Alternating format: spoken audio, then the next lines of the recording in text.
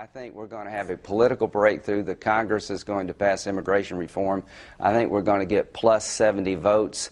I've never been more optimistic about it, so it would be great if we could pass immigration. All right, there you go, ladies and gentlemen. Lindsey Graham from Meet the Press yesterday. Welcome back to the Steve Malzberg Show. Joining us now is our friend Byron York, chief political correspondent for the Washington Examiner, Fox News contributor, author of The Vast Left-Wing Conspiracy. Hey, Byron. Hi, Steve. Good to be here. Thank you. Always great to talk to you. Okay, so is Lindsey Graham right? Is this going to pass with flying colors in the Senate? Well, it's odd. The big argument among Democrats these days is whether they should go for 70 votes or more, or maybe just settle for 60 votes.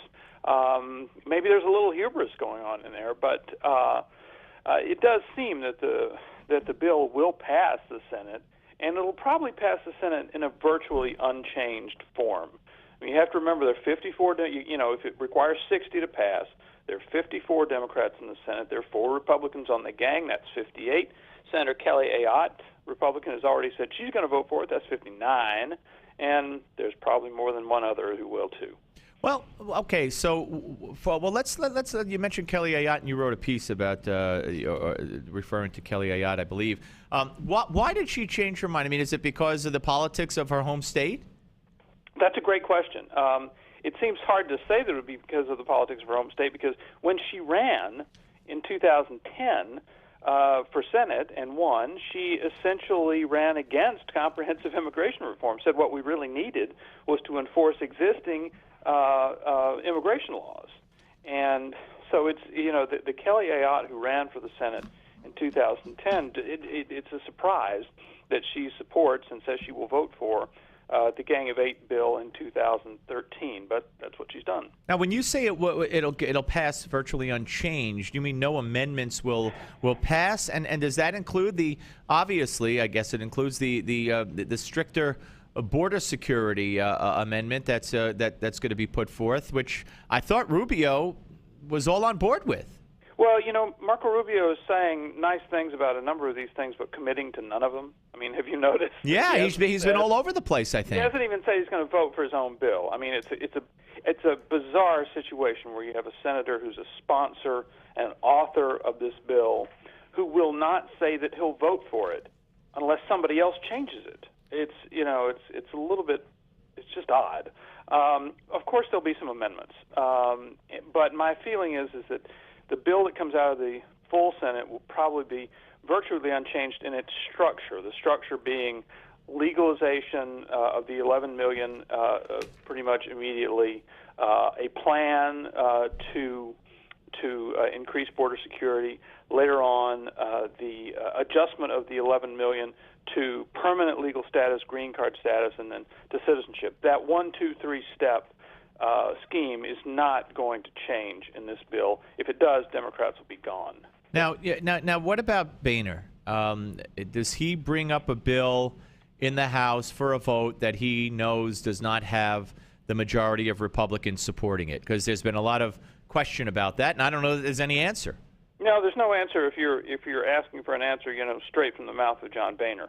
We have reports. There's one today in my publication, the Washington Examiner, that he will not bring up, that Boehner will not bring up an immigration bill unless it has the support of a majority of the majority, that is, a majority of Republicans in the House.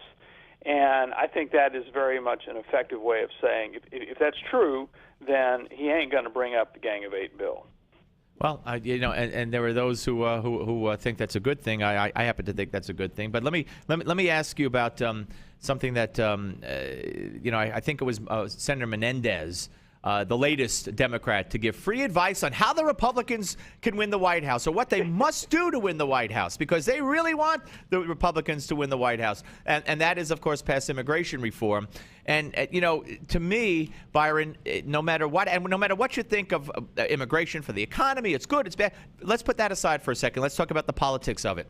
If immigration reform passes, but it doesn't have the protection for gays, or it doesn't have some of the things the Democrats really want but left out because they knew it would never pass, or they reform it, the Senate bill to meet the House version, which is watered down.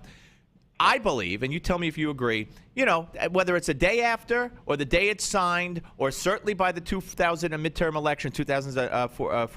elections, the Democrats are going to portray the Republicans again as the enemies of immigration, the enemies of Hispanics, the enemies of, in this case, gay Hispanics or whatever, and they're going to be the villains, and it's going to be as if they didn't vote for anything, yet they would have conceded very much.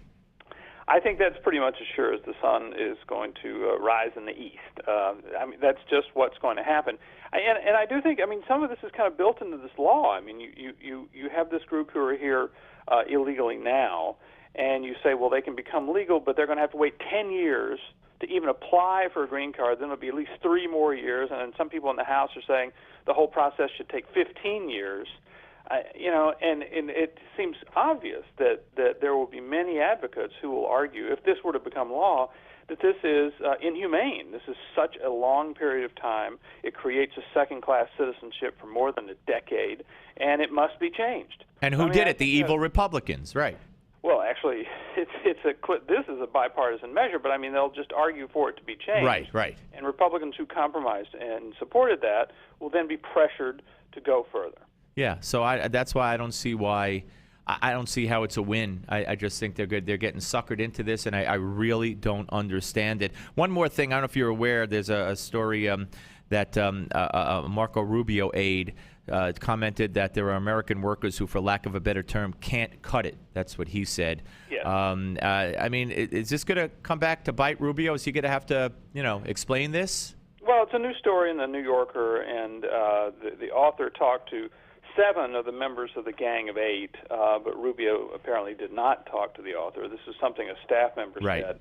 Rubio has already been explaining it today and saying that that's not how he feels at all. I don't think there's going to be a huge thing in this argument, because I do think that border security is the biggest and most central issue in all this. But we haven't gotten to the economic parts of it yet, and the Senate will turn to that in debate this week. And you'll find some Republicans trying to play on some of the labor loyalties, organized labor loyalties of some Democrats here, and to have a quote like that, we need immigrant workers because Americans just aren't. Let's face it, Americans just aren't up to it. Yeah. That's not going to help Rubio and the Gang of 8 at all. All right, I want you to remember you heard it here first. Chris Christie on the ticket with Hillary Clinton.